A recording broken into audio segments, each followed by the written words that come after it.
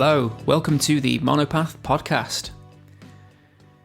If you enjoy the podcast and you want to support what it is I'm doing here, you can visit my website.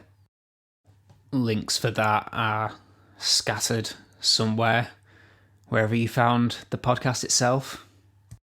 And if you click on the Support Me tab, you can contribute any way you really like.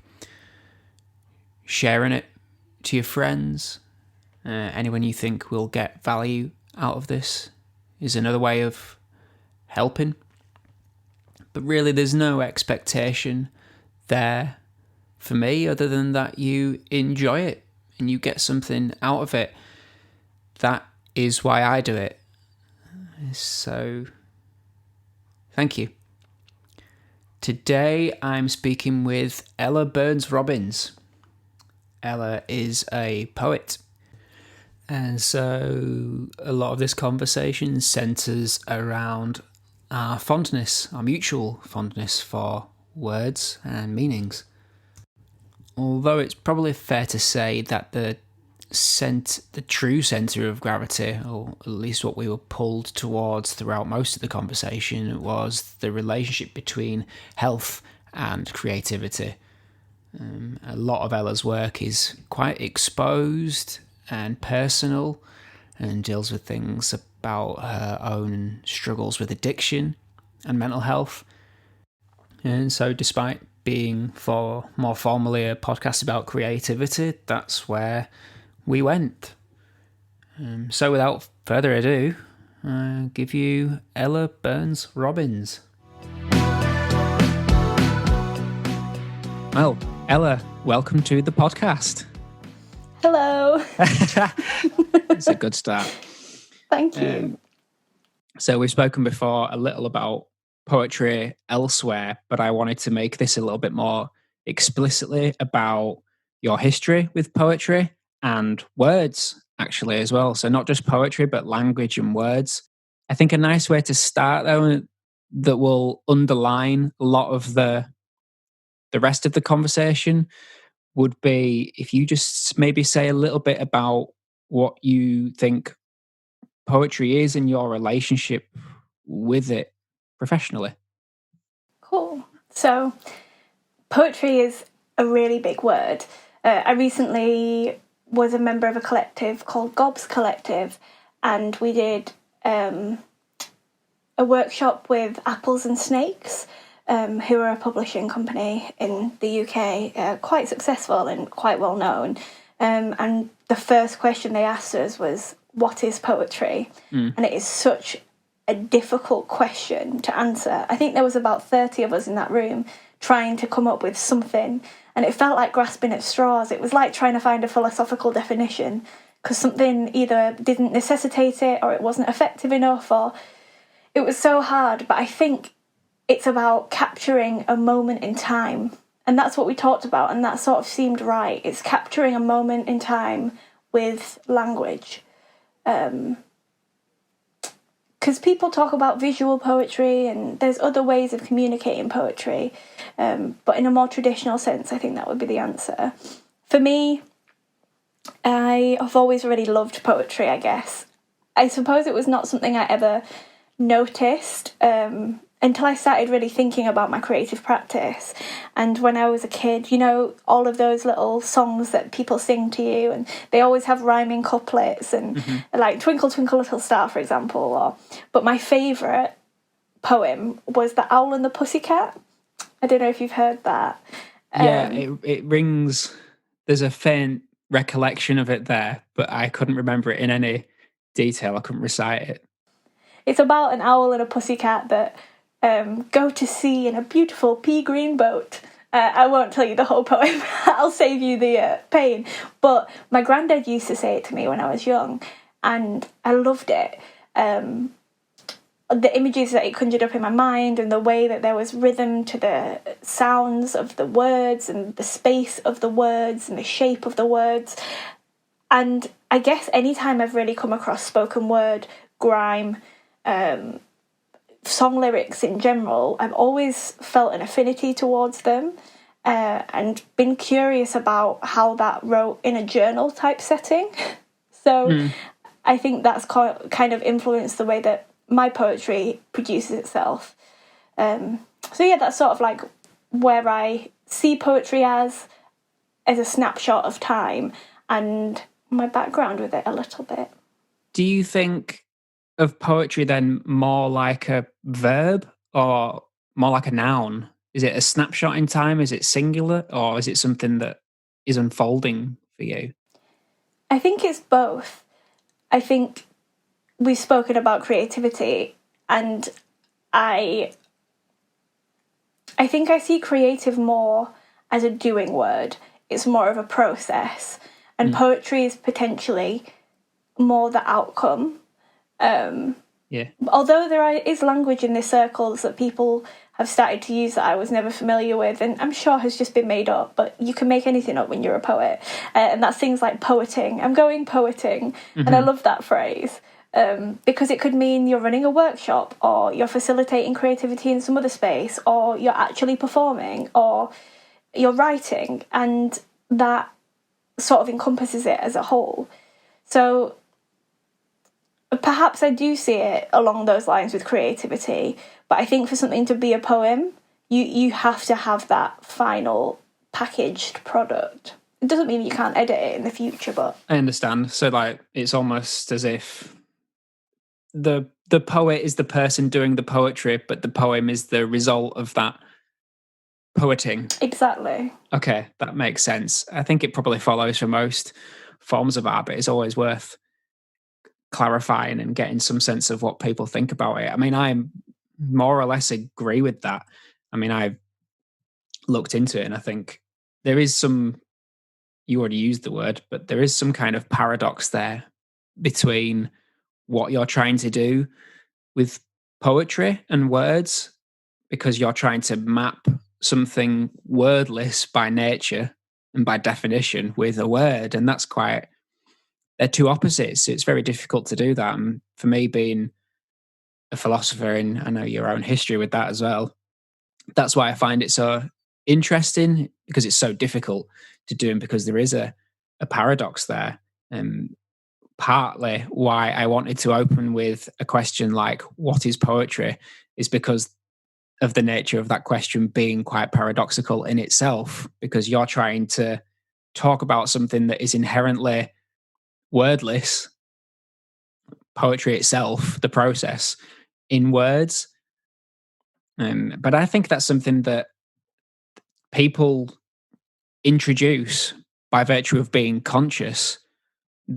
We create paradox. I think before there's a subject or a thinking thing, that paradox doesn't exist. So I suppose I'm trying to point to the value of art, whatever the art form is. It's a distinctively it's a distinctive expression of what it is to be alive that I don't think you can get anywhere else. Does that kind of does that make sense to you? Is that the sort of thing? Is there any of that that you apply to how you think about poetry or art in general? Absolutely. I think poetry is about making sense of the world, understanding the world, creating a world, and without, like you say, a living thing, there's no place for that to go or place for it to be. I mean, more specifically with poetry, what it means to be a poet, it's clinging on to that pen until the last second, you know. And obviously you can use that as a metaphor, the pen, for however you write the poetry. I don't think there's a right way of doing it. But there's definitely got to be something existing separate that you chime into. And whether that be a pain or confusion or glory or glee, or it all ties into being able to sort of understand the world around you. And I think you're right. I think we complicate things as humans things that exist without us questioning why they exist. They'll still exist, or they won't, and they have their processes and they have their patterns. And it's interesting because sometimes people will say to you, like, don't overthink it, stop thinking too much about it, you'll never get to the bottom of it. And sometimes we do that as people. We like think about something so much and we want the answer to every single question we have around it, but eventually you have to put it down and move away from it. And it's funny how we want that from everything in the world, I mean, physics, for example, is just like the pinnacle of that, but we can't always access all of the answers, and there's so many paradoxes in everything that exists. So moving that into a zone that can stifle creativity is like difficult.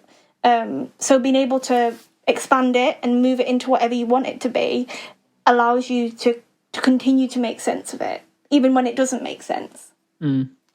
Does that make sense? Yeah, no, it does. It does. I think what I take from it, or where I was led to by that, was you mentioned physics, and I think some of the desires that we have, some of the heuristics we use to understand the world, kind of lead us to expect there to be one thing sometimes. So that might be a truth. I think we're bound to believe that there's an absolute truth to things, and we use poetry and art to study ourselves, I think, and the natural world in many ways.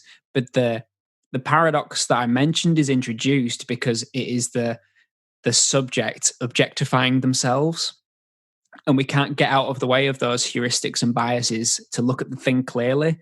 And science is something that evolved, and something like physics is something that evolved from a way of a means of devising a methodology that gets us away from that. So it can get us towards objective truth, but in doing so, it actually takes us away from everything that's valuable about the former approach, which is the human subjective side of it. So one attempt to kind of reconcile those two views in philosophy is phenomenology, where they say that you can still have an objective measurement, you can still verify something subjective in some other way. And actually, one way of our way of apprehending the world and understanding the world is best analyzed not just completely distanced and separate from humans, as if there is just this one objective truth, but one that integrates objectivity and the virtues of it with the virtues of subjectivity. And so they call it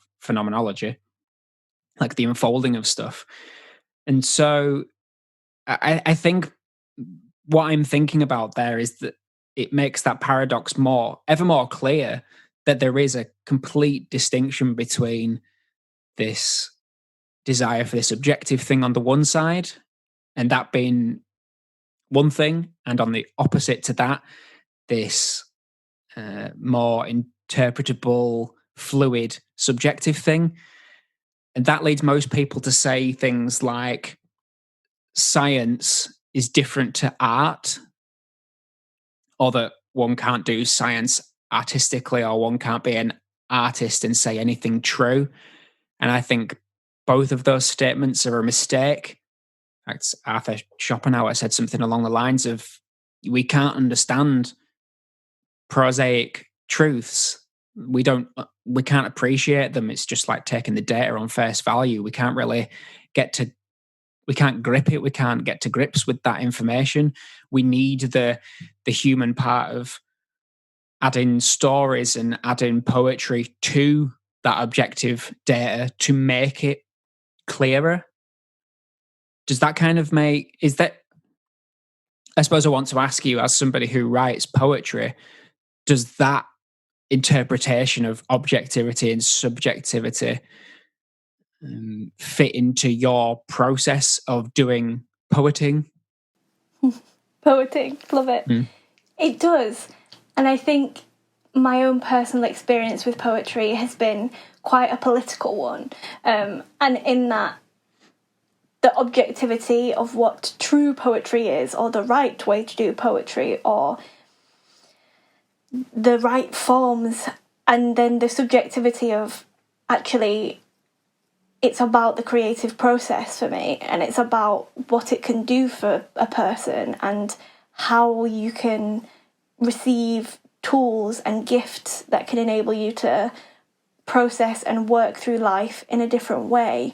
That's really what ignites me in poetry, rather than what's right or wrong. There's a lot of discourse that occurs, especially in academic circles, around page poetry versus spoken word, and which is the right one and which is the wrong one. And all right, there's a lot of like snobbish attitudes essentially towards spoken word poetry and it as an art form. Is it worth, maybe just to interrupt, sorry, just worth clarifying the difference between those two forms of poetry, just for anybody listening to this? Yeah, of course. So page poetry is a poem that you write for the page. It's to be read. A good example of something that you might experience in page poetry that you might not be able to mimic exactly the same when you speak the poem is the shape of the poem. So you might see sometimes if they're talking about a ladder, the words might be like a ladder rung, one under the other. Yeah. And then with spoken word, that's an art form that's more developed in terms of like oral tradition. So it's something that's written and perceived out loud, usually performed. So there is that element of it too. And sometimes they can be longer and more wordy and maybe perceived as a little more rambly. Not always, but they can be. And so that translates onto the page in a more prosaic way that doesn't always look like your traditional form of poetry. Yeah. And I think they're two they're two distinct art forms, and trying to merge the two together is a challenge that I'm currently facing. Yeah, well, I've recently come across the poet David White. I don't know if you're familiar with any of his work at all. He's kind of got philosophy in spirit with everything he writes about as well. But he talks about some of those things, and when he does his performance of the poems, he does something very different to the written version, and he'll repeat lines to emphasize them that weren't there in the writing. The writing's quite the written version of the poems are quite condensed and rather concise, whereas the spoken verbal ones are there to. He wants them. From what I take from them, it's clear that he wants people to be able to follow meaning and not just miss something. And his poems are quite profound and quite philosophical in spirit. So there's a lot to miss there if you're not paying careful attention, and that's difficult to do anyway. So I think of them as two different things. I mean, I'm sure they're different by degrees rather than kind, but they complement one another. So I think I'm agreeing with you in saying that those two things aren't really incompatible. Is that kind of where you're going with that there? Definitely. And I think if you're not clear about the fact that they are compatible and that they're related and that that's relevant, it's really easy to distinctly create parallel lines that allow people of different ilks to access different things. And what I mean by that is when you come to hip hop and grime and local scenes and circles in those scenes, there's some mad talented wordsmiths, like crazy talented, where you would love to see their work on a page and carry that with you in a physical form. But if they were to access, I don't know, if we're talking like more traditional forms, a university degree at a higher level to be able to study this and to learn more about their craft, probably it wouldn't be open to them because it's treated in a different way. Even though they might have done hundreds and hundreds of gigs and have people who care about their craft and who learn from them, the attitude towards them is different and varied because their art form is expressed slightly differently to people who do only page poetry. And sort of in its own way, there's expectations around performance poetry that mean that sometimes it can be very challenging for page poets to enter those circles and feel welcome and comfortable. Right. And so there's a lot of challenges that go on behind the scenes with poetry, but something I really want to do is to try and affect change in the way that either side sees one another. And there's an artist called Lentz, who's a local lad from Leeds. Or I think he's from just outside of Leeds. I think he might be from like North Yorkshire. But he has an event called Blur the Lines that aims to do just that. And it invites people, artists from all sorts of walks of wordsmith creativity, rappers, people who create hip-hop, like DJs, poets, spoken word artists, and allows them all to perform in one space, a cappella, so you don't see where people are from in terms of their creative background, and all you do is share in the art that they're gifting you, and that's really powerful. Yeah. I mean, I don't really have a horse in the race, I don't suppose, about whether one is right or wrong, but I always think the effort to reconcile things that we perceive to be opposite one another is the way that one makes progress in that field. But I can totally appreciate in what you're saying. It sounds to me like if you focus too intently on one, you automatically discount the other. And I can imagine it's not really difficult to imagine that somebody with dyslexia would not find it very easy to do. Have you got dyslexia? Oh, well, there. So I could imagine why that would be very difficult to write down your ideas and your thoughts, because fundamentally they're two different skills. You know, being able to verbalize and speak publicly is a very different skill to being able to write. I actually find I'm better at one than the other. I am quite comfortable writing because I can think slower. I don't feel the pressure of having to express myself very quickly. I can labor over it a bit more. So I find that naturally quite good for me. And I'm quite good at academically, I'm fairly confident. Whereas verbally, I've never been, this is not a natural thing. It's not a natural state for me at all to express myself through words. I think that there's something quite, you have to be quite confident. It's a different degree of confidence to do that. At least that's my personal view of it. That's how I've always felt it. I'm quite shy naturally, so I don't feel all that comfortable in speaking, whereas I feel absolutely at home writing. So with you having dyslexia, then I would imagine that explains why you would favour one over the other.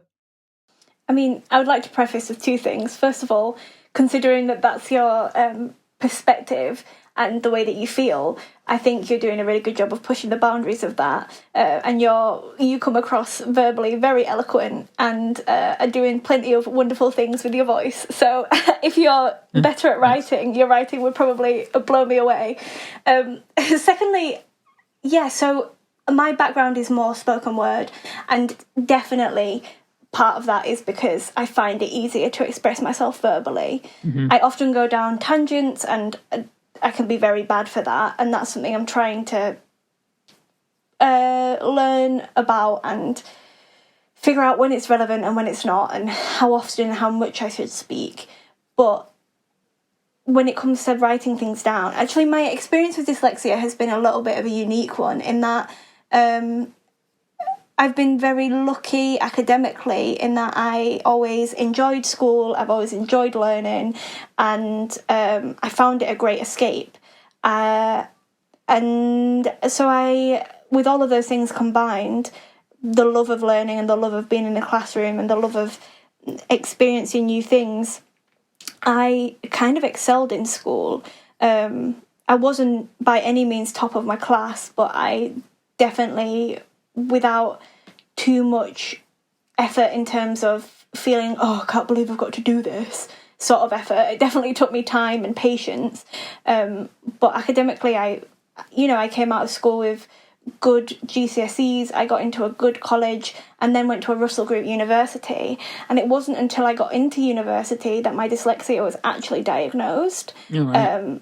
And I think that's because academically I had flourished and been extremely lucky in my experience with that.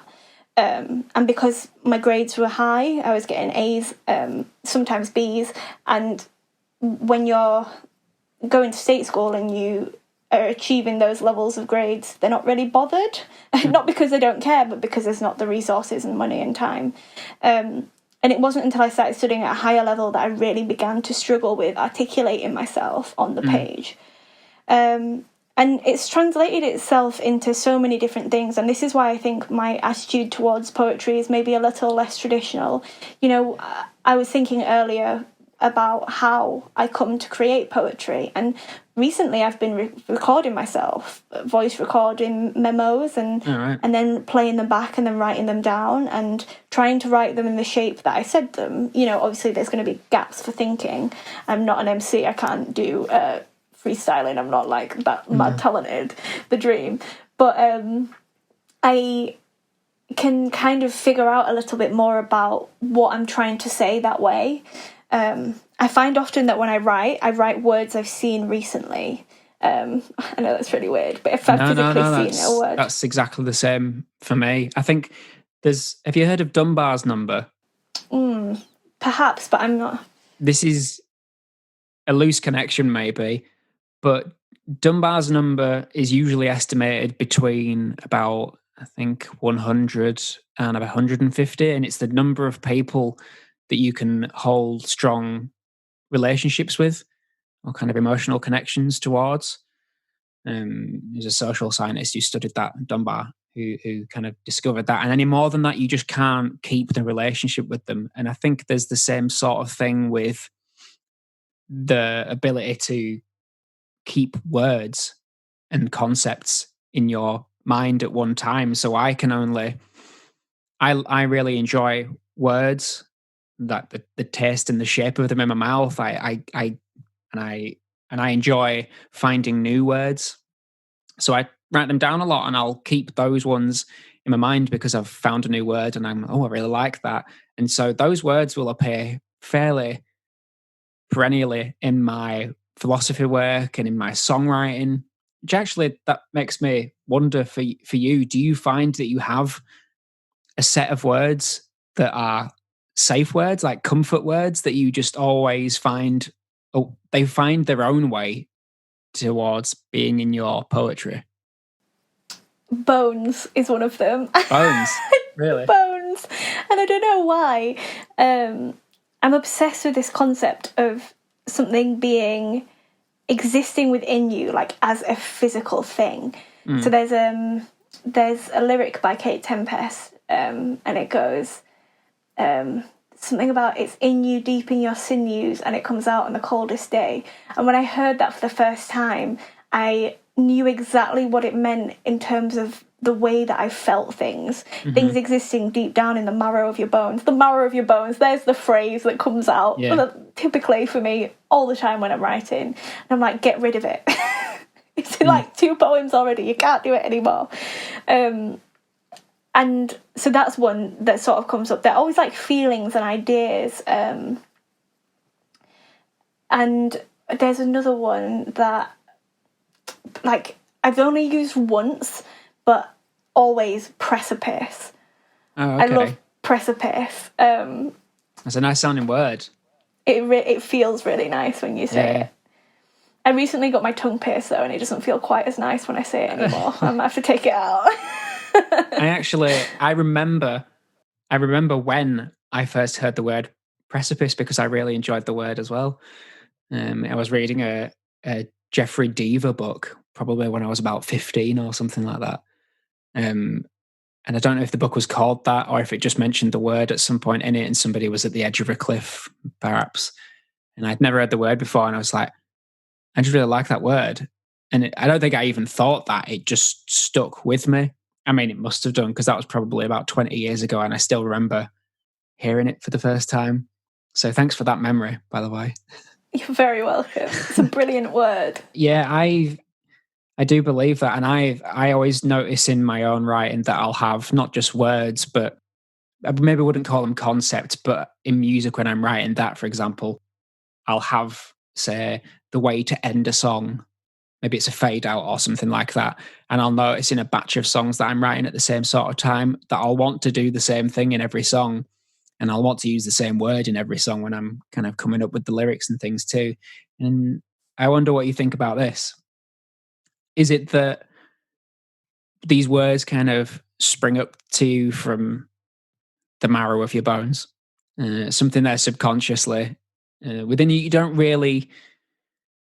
can't really put into words so easily, and it's just a feeling, and that's how it comes out. But it isn't going to go anywhere until you've done the thing with it that it wants you to do. I think for me, it's certainly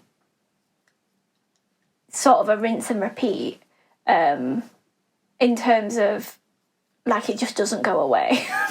Mm-hmm. Like, it definitely, I write a lot from feelings, because I began to write to sort of make sense of trauma, and sometimes you can't quite touch those things in the same way that you might a happy experience when you go to write about it, because it's difficult and it's complicated. And so when I write, I always have this same feeling, and it's like there's a pit burning in me somewhere, and sometimes it's in my chest, and sometimes it's in my stomach, and sometimes it's in my hands, but it's this need to do something, like almost like a compulsion. And so, yeah, I must use the word or the concept, or even if it's just in a free write. I always encourage, when I run a workshop, I always encourage us to begin with a free write, because it allows all of that stuff that's sat waiting to be used to be used if you need to use it, and then you can move past that and move into the next flow of creativity or whatever's going to come, the next batch of words. Or you can figure out a way that you can use it in a more creative way, or in a different way that you've used it before, or a different way of looking at things. So, I mean, for me, I don't know if maybe I just haven't used them right yet. Maybe today is the day, Darren. Maybe this is. Fingers crossed. What about you? I know when I was younger and I was first writing lyrics for music, I would always use the word tonight. I don't know why, but I would use tonight. I would use dreams. Probably others as well, but they're the two that kept coming out. At the moment, and probably for the last 5 years or so, practically everything that I write sounds fairly poetic or romantic, I think, but most of them are nothing of the sort. I don't really think like that, much to my fiance's dismay. But they tend to be about thinking and these sorts of things, really. They're fairly philosophical in nature. So I use, I guess because I have this bias towards written words over spoken, I probably care too much about what they look like on paper. And that influences the word choices that I make, even when by design they're supposed to be sung. That's the whole point in the lyrics, and the actual melody and the shapes of the sounds comes first and the writing after. But I can't help it. I'm actually trying to not do it as much, because it's almost like a crutch for me in my writing to care and to prioritize the shapes, and the feelings that certain words give me. Usually I have a sense of them having a color anyway, and I do that with music, and I do it with words too. So when I'm seeing something written down on the paper, it just feels like a color. So I mean, E's, X's, W's, F's, and S's kind of work in there as well, but they're all red. or more red than not, more red than blue, which for me is usually fairly pugnal to that. It's kind of on the other side. So a lot of the music that I've been writing at the moment has been red. So it's meant that the words have all fallen into the red category of being shaped by those letters: W's, S's, X's, Z's, T's, H's. That's so cool.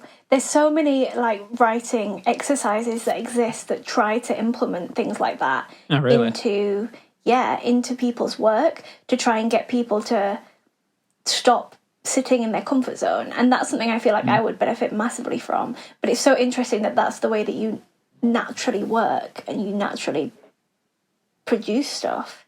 Yeah. I think that's fascinating. It's made it very difficult. And that's one of the virtues of going back to university to study philosophy at the level that I have done, because it's made me learn more about words and feel less wedded to shapes and colours, and feeling allowed to just express myself more fluidly and being less inhibited by this sense of rightness that I get from colour, which is just a sense and it's a guideline, but I don't think it's always right and it's not always on the mark. And sometimes I have to just kind of break outside of that. But I've only really learned that in the last few years. And that leads me quite neatly into another question for you, which is, I was just mentioning that for me, taking on philosophy and being a musician for many years, those things I've found is very helpful in enlightening me about myself. So self-exploration. And in the real world, I've been able to apply those things. So I've found that I've been able to write more easily recently. So when I'm writing lyrics for songs, I'm finding it a lot quicker a process, which used to take me forever to do. It's quite quick now. And so is writing music, and I can write essays pretty quickly as well because I've got a better grasp of language. But as you noted earlier, I'm even though I might have a natural mistendency to not, or a lack of a tendency to want to speak publicly and verbalize these thoughts, I would usually write them down. I've been scared of that really, but I've tried to push past it and just embrace it and get better at it. So I wanted to ask you, do you feel like you've had any similar journey there with words and poetry for you in dealing with some of the issues intrinsic to being Ella? Oh, I like the wording of that question at the end, especially. Um, yeah, it's been, for me, that was why I got into poetry. I found poetry, I'm open about this, and if people have heard me talk before, then they'll be sick of knowing it. But I found poetry through recovery, recovery from addiction and recovery from mental health. And when I first began writing, it was terrifying because my head was so full of stuff, and not nice stuff either, because it was always the nice stuff I could process and I could sit with and I could play with it and then it would go away. But the nasty stuff I wouldn't engage with, so it just kind of got more and more powerful because it fed off other parts of me when I wasn't paying attention. And then suddenly my brain would be full of these noisy, dark, ugly spaces. And I just had to try and figure that out. And the only way I knew to figure that out was to silence it. And so my behaviours within addiction and otherwise did their best to silence it. And that leads you down a scary, crazy path. And so when I first sat down with a pen and paper in a space and it was quiet and I was just left with all these things that bubbled to the surface, as they always would in a quiet place where I was left with a pen, I just had to allow them their space. And I did, and they did what they needed to do. And initially for me, because it was a therapeutic process coming into poetry, I didn't pay too much attention to what it means to write a poem in a certain way and how to figure all that more academic, in my opinion, stuff out, I just let myself write and just let it all come to the surface. And there were specific moments in that, feeling so vulnerable and having those thoughts come up and letting them be there and then writing them down and then seeing that they were gone. Like, obviously they were in front of me, but my head was quiet. That was huge.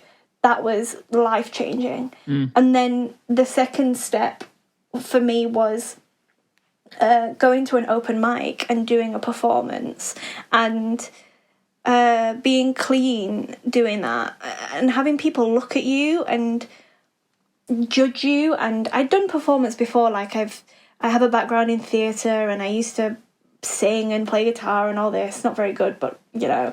And there was always something to hide behind, whether that be the character that you're playing or the instrument in your hand or the choir that you're in. There's always an accomplice that you can kind of shift behind and take the form of. Yeah. But I couldn't with the poetry, and people could see me, and I, like, that was, again, terrifying. But I had to do it because people were seeing me every day, and I was getting on buses and paranoid. Like, people would be laughing on the bus with their friend, like having a conversation, and I was so ill that I was like, they're laughing at me. They're laughing at me. And I would be like checking myself to see what was going on with my body and like, why are they laughing at me? They're just like, I don't know, they've just seen a meme on their phone. Do you know what I mean? Like, they're not laughing at you. But my brain was so west that I couldn't understand anything that was going on despite it. And so to put myself in a position where people could laugh at me, and if they laughed, I knew it was at me. Yeah. And again, work through those vulnerabilities allowed me to take the power and the fear away from it. And so, yeah, practically it's changed my life. And every time I write, I go through some form of transformative process. And it's been magic. And that's why I want to move into facilitating writing groups. And actually I've just been accepted to do an MA in creative writing, I found out this week. Oh, nice. Congratulations. Thank you. But my real goal for that is to be able to learn the tools to be able to give them to other people. And that's what I want, because that's what I was lucky enough to receive. And in the real world, like you say, it's implemented in my daily life so frequently and has had huge transformative changes for me. Yeah. So yeah, I would say it's definitely a practical tool. Yeah, I think there's a ton of ways that we could go from there. I had already wanted to speak a little about the relationship between health and creativity, but that can go in a couple of ways. One of those ways is a person more creative when they're less healthy? And we can get to that. But I think it'd be valuable to kind of dig in a little bit before we do that. Almost returning to something we spoke about earlier about words stalking you and not letting you go. And I wonder if the relationship between health and creativity, or more specifically, art or poetry in your case, is that it is an attempt to kind of approach yourself. I don't think if there's something that you fear and something that you're scared of about yourself, trying to repress that is not the correct resolution to it. I think that feeling, or whatever it is, in your case, you kind of mentioned this like paranoia, I suppose.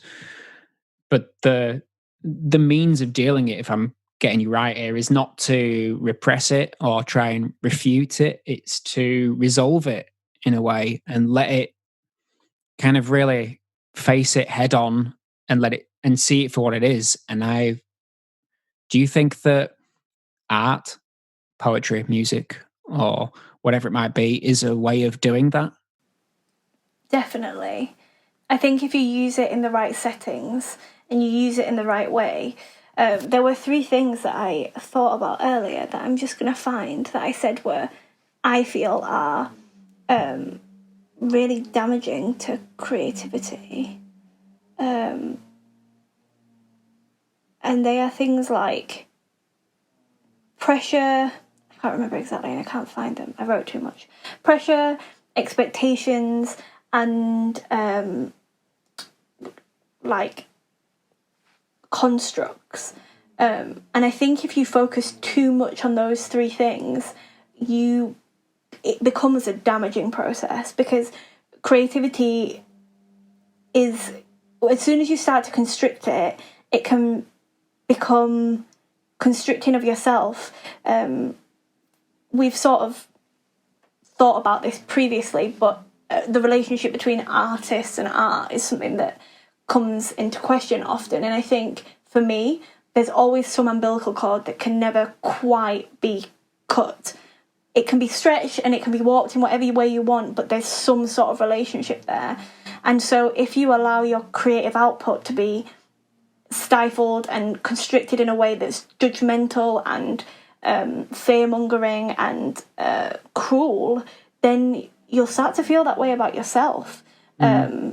I think you can be your own worst enemy and your own worst critic, and that we really need to be careful about the way that we assess and view the work that we create, because if it's about reaching some insurmountable goal and the post keeps moving every time you reach the first one, you're never going to feel good about what you've created. And in the therapeutic elements of it, feel good about yourself. And so I think, I'm sorry, I just went on a tangent. It was a fun tangent though, so I'm fine. I mean, it might be worth clarifying what you mean by those three components. So you said pressure was the first one.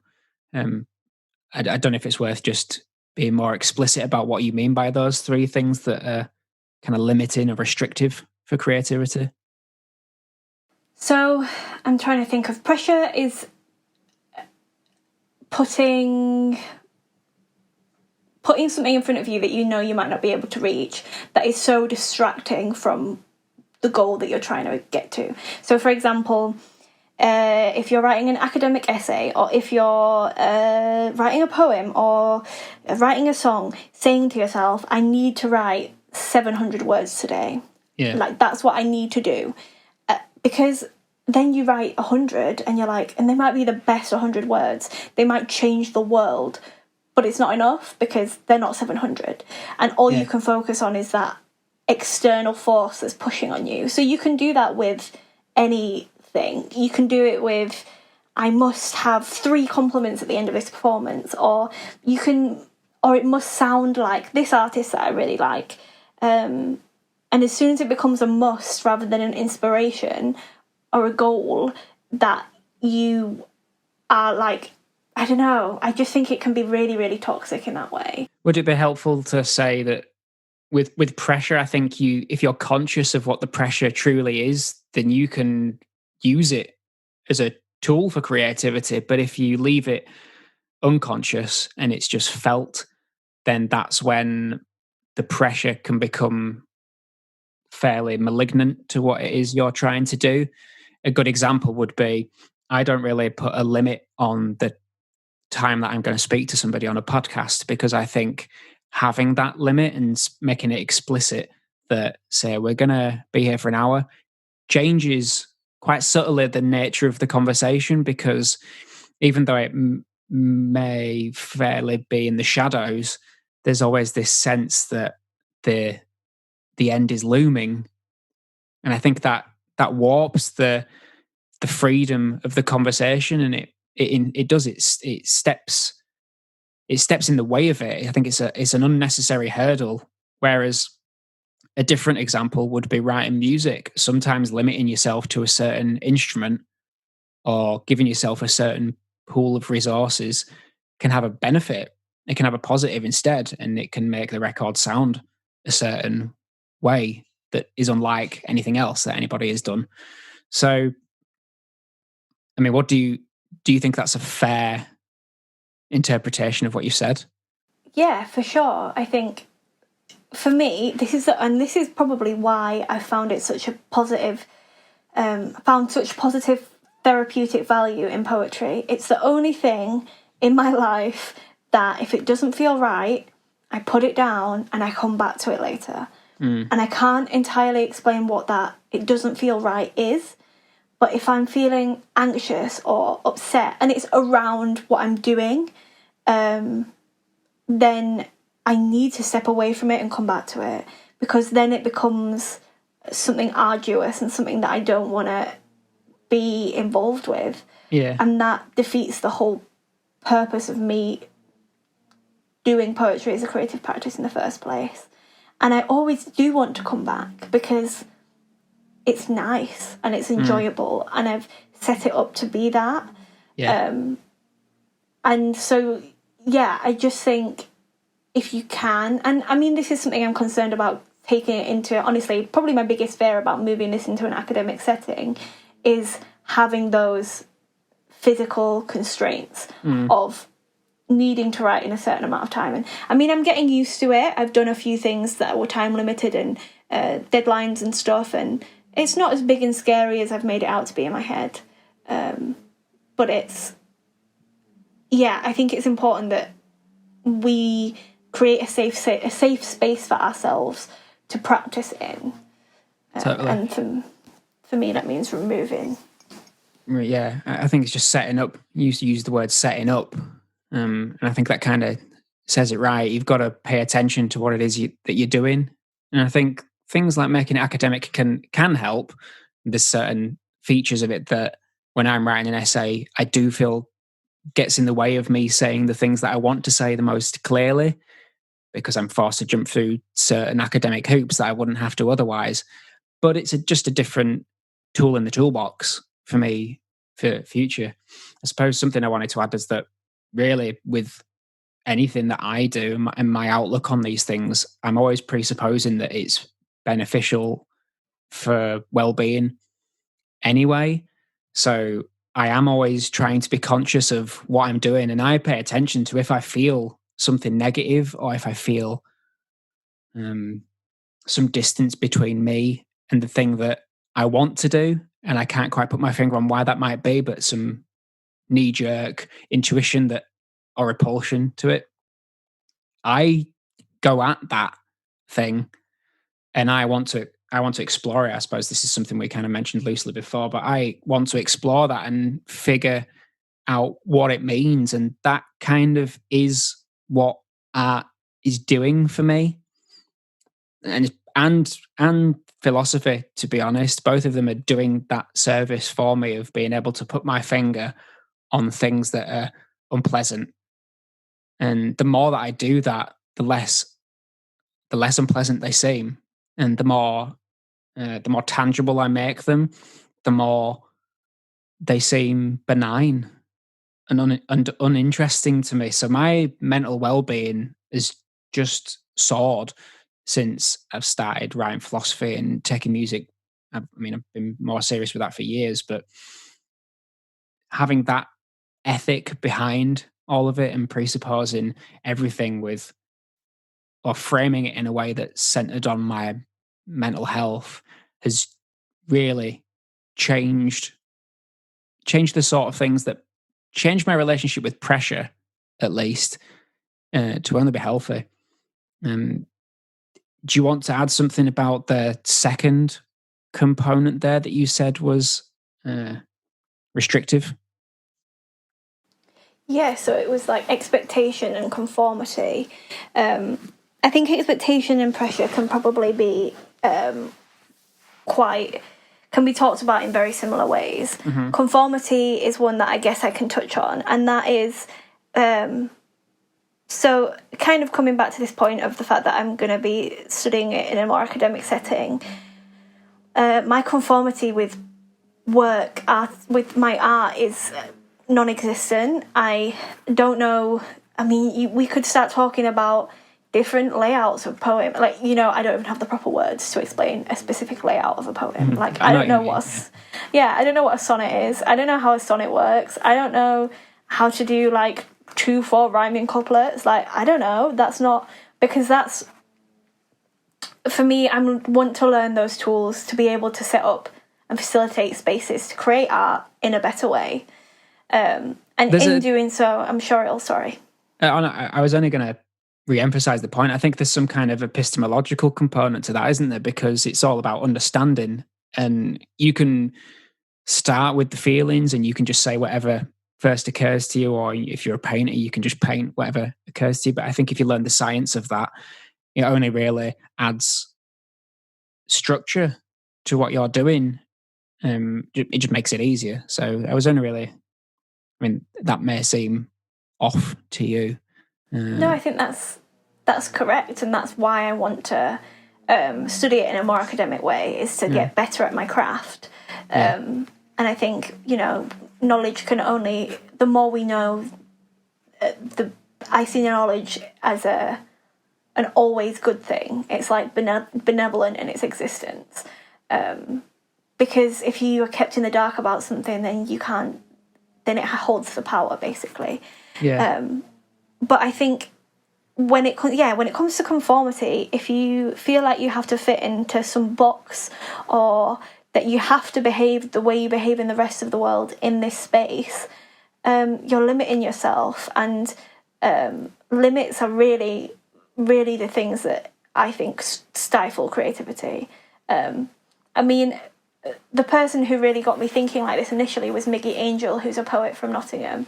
And I speak about all the time, but he, when I first started writing, said, because there were people in these spaces who would come into these safe spaces and try and write in a therapeutic way, and the amount of times I heard people say like, oh, I can't do it, or I don't know how to write a poem, or I'm not a poet, or I didn't do well in school, and it was like heartbreaking, because especially when you view it the way that Miggy views it, and his response would always be, when you were a kid, like when you see a 2, 3, 4-year-old playing with blocks or playing with paints, or they don't look at it and go, I don't know what to do because I can't do it because I'm a human who can't do art or can't play with blocks, or they just do it because they're not aware of what they're meant to be doing or what other people are doing. They're just in their little dream world creating. Yeah. And intrinsically, we are creative beings. We're creative animals. We get up in the morning, we choose what we're going to wear, or like there's all this stuff with like Bill Gates, and people wear the same clothes every day. Is it Bill Gates? It's the other one, the Apple man. He wore the same clothes every day. I more or less do that. So yeah, because people want to keep their creativity for other things in other spaces, but some people express themselves massively through the clothes they choose to wear, and that is a creative endeavour from them. Like fashion, full stop, is a creative endeavour. Exactly. So we all are creative beings, but as soon as you get old enough to be aware that people are pointing and laughing at you, or people have the potential to point and laugh at you, you start to constrict yourself and put yourself in a box, and that is really the thing that I think is the true enemy of creativity. Because there's nothing that I can do that at its core nobody else can do. Maybe I have been blessed enough to receive different tools and learn a different language to set up my practice along the way. But if anybody had, the privilege that I've had to learn and access these things, I think that they could create something just as meaningful and wonderful as my practice has been for me. So yeah, it's a kind of convoluted way of answering it, but I think... No, it's perfect. I'm not sure if there's a disagreement there between you and I. It's a small one if there is. As I take it, what you're saying describes the beginning of the process of learning your art. So the lack of pressure, the freedom to express without limits, that represents learning how to create in its beginnings, really.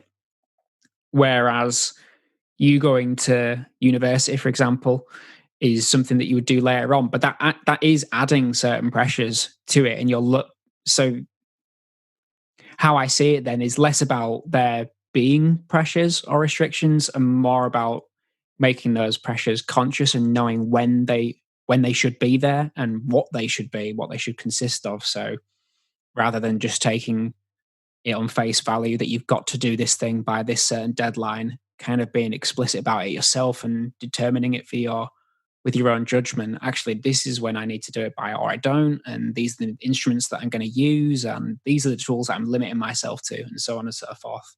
Does that seem fair? Yes, to an extent. You might I'm disagree, aware, and that's interesting. So yeah, and that's fine. Like, I am aware that I'm entering a space where there are going to be certain constrictions and expectations, and I'm comfortable in academic spaces because I've been in them for a very long time. Probably more of my I've been in an academic space for more of my life than I haven't, and so those things feel familiar to me. That's not to say that I'm brilliant at managing them, but I know what's coming. However, I still see this as a step in development towards a better practice, towards best practice for myself. yeah, Rather than it being an academic assessment of what I can produce. I'm seeing it as a way of learning how to... I've been playing a lot of Animal Crossing.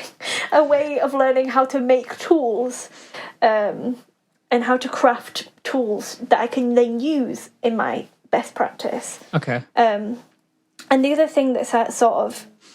that really takes it all off my shoulders is that the true thing that like is propelling me forward and pushing me forward is my whole practice is around breaking a mold, and whether that be introducing people to a performance space for the first time and an opportunity for them to be able to do that, which I've managed to successfully do at a festival once, which was amazing, or like to show people that a young person who comes from like a nice place and hasn't experienced poverty and like whose parents aren't heroin addicts, to be an addict, and that you can be an addict as a person in my shoes, and that it's important that other people see that and recognise it in themselves so they don't get really sick, because it's a disease that we lose people to. And then the other factor is that being an addict doesn't mean that I am a specific subset of traits and that's it. yeah. I can still break the mold and achieve things that I want to achieve and figure out a way to exist in a way that allows me to flourish in the same cells that I was in previously when I was behaving within my addiction. And I think truly the potential to give other people the gift that I've given them is a thing that's keeping me focused throughout all of this. It's a bigger picture thing, and I want to be able to facilitate a transformative space for people to experience art, and that's what keeps me going through it all, is that I might not be the best poet in the world, I might not know what I'm doing, I definitely don't know what I'm doing, but it doesn't matter, because I've been given the tools to be able to exist in my life and in my skin. And if I can even let somebody know that that's a possibility, maybe not through poetry, but through discovering what works for you through creativity, then it's worth it. Yeah. And because I have those overarching huge values and like glass ceilings that I want to smash through, it takes some of that pressure away, you know. And for me, just existing, staying clean day to day, they're the biggest pressures for me. And in doing and in getting through a day, I do break the glass ceiling, because I prove that an addict doesn't have to be X or Y, and that creativity doesn't have to be X or Y. And to be able to sort of close the gap on those two things, you know, like learning to pay your bills and not spend all your money at your dealer's house aren't the only things to learn when you come through recovery and rehab. And on the other hand, being a person who has existed on I guess, the fringes of society and places that people don't want to acknowledge exists, and be able to create good art that contributes towards something in a more conceptual and academic way, and come from that background that nobody talks about, to come from the shadows, is so powerful in itself. This kind of returns then fairly naturally to something we mentioned anyway, which was the relationship between health and creativity. I wonder do you think that if being a poet in your case is just part of the condition of being who you are, it's fairly unavoidable in that case. Do you think that's what is really going on, is that poetry and writing poems is just the means of recovery? And are you more creative when you put that addictive person to work? So to begin with, it was purely recovery based, and it was putting my addiction to work. I would write in a way that a group of people and myself referred to as binge writing, in the way that people binge on drugs or binge on alcohol.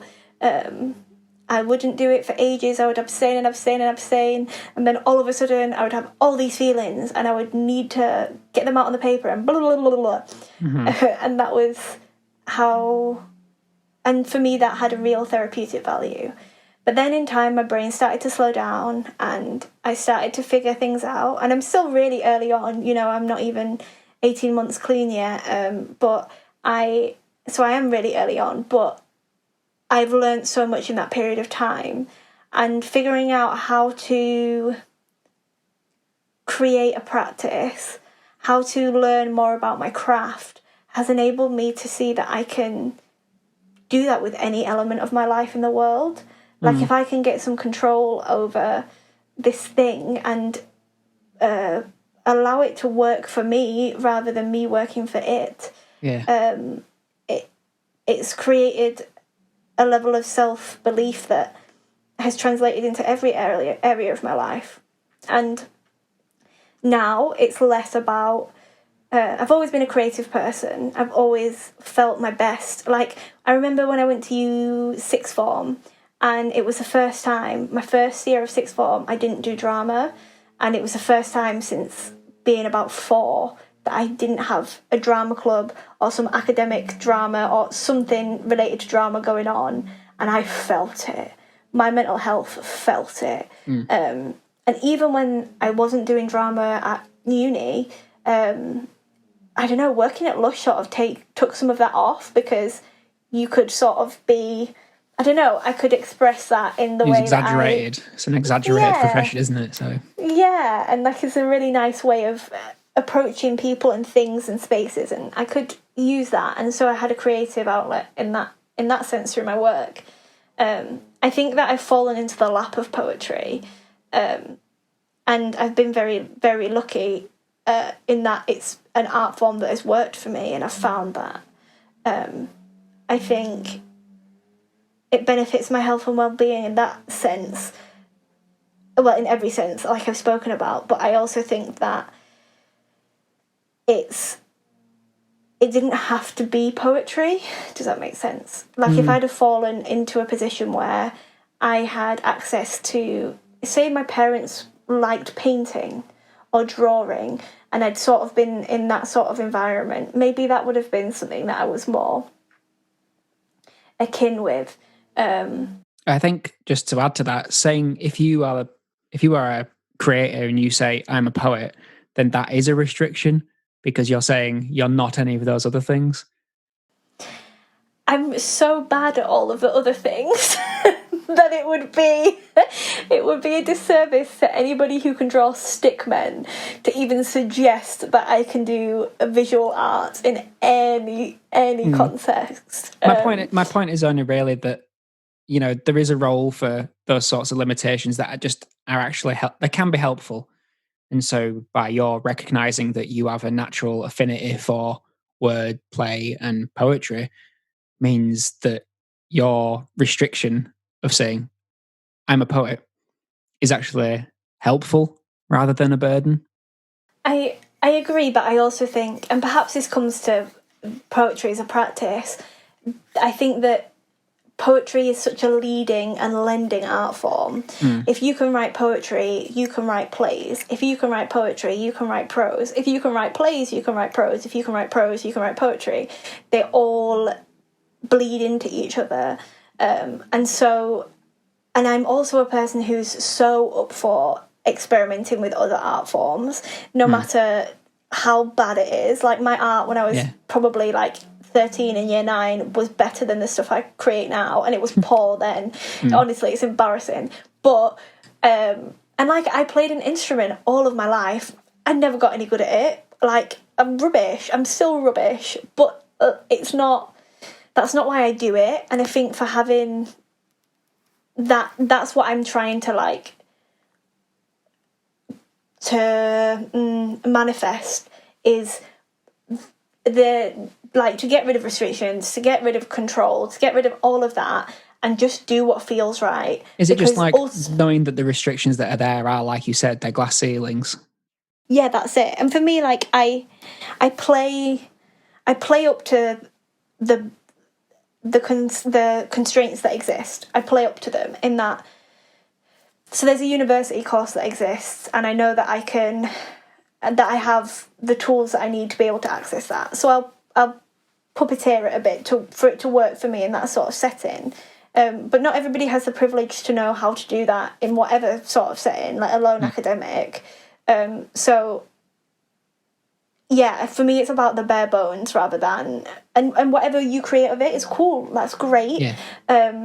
But I think ultimately with anything you can end up thinking yourself into a pit or judging yourself into a pit, and then you have to go straight back to the bare bones. I'm with you. So that's what I focus on, is creating strong foundations, and whatever grows from it grows. Yeah, I guess there's some things that naturally you will just be better at doing anyway, so it makes sense to kind of do them. Yeah, and I think also like honing in on your practice and trying to become a master of certain elements of it is definitely not a bad thing. Or they're all different ways of expressing our artistic endeavours, and it's brilliant. And I think that's why it's so important that we make sure that we consume more than we make, or because we need to learn from each other and each other's practice and how each other move in the world, in the real world and in the art world, because otherwise you're just constrained to yourself and your brain, and who wants that? Like, no, exactly. There was one last point that I wanted to just go over. I mean, I think we've covered it fairly. Maybe it's just something that's occurring to me based on what you've said, and to do with pressures and limits. And that is that, to make a distinction between, well, you already made this distinction very early on between poeting and poetry and a poem. And the difference there being that a poem is maybe a fool's errand, in the sense that when one feels as if they should be concluding with a poem, they're missing the point of what poetry is for, which is to just let it happen. And it's not really about the objective measurability of the poem and where that sits in the hierarchy of poems against other poets. That's not the point. The point is to simply do the poeting. I'm only really adding that at the end because I think it's a nice footnote that captures what we've both said. But is there anything else you would add to that at all? No, I would agree entirely. I mean, the only thing I would say is, if you have an interest in poetry in any shape or form, if you've written about it in your journal when you were 15, if you used to write emo poems when you were going through puberty, like, maybe try and do that again, see what happens. And don't be constrained by the academic values that are placed on things. We spend year 9 and 10 looking at poems and what does this mean and what does that mean, and it grates against you and you don't enjoy it and you can't enjoy it, and it's not about comparison. It's about what it does for you. And you said that in a really poetic way. I just think, if you think, like you said, about anything that comes to you in fear or questioning, you get your teeth stuck into it. And if you think you can't do it, then you should just try and see what happens, because you never know. I didn't think I could do it. I mean, I still can't do it, really. But things seem to be falling into place for me. And that's amazing. So I just trust the process and keep at it. Yeah, I think if you're interested in being the better version of yourself and feeling okay, then adding this kind of self-expressive art, whatever it is, poetry for you or music for me, I think that only enhances the likelihood that that actually comes to fruition. Let's wrap that up there. Where can everybody find you online? You can find me on Twitter and on Instagram, and my handle is @EllaWritesPoems, because my name's Ella and I write poems. I suppose it should be Ella Speaks Poems. Well, maybe. Potential name change there. Yeah. Well, it's been a pleasure. Let's do this again. Thank you. I'll speak to you soon.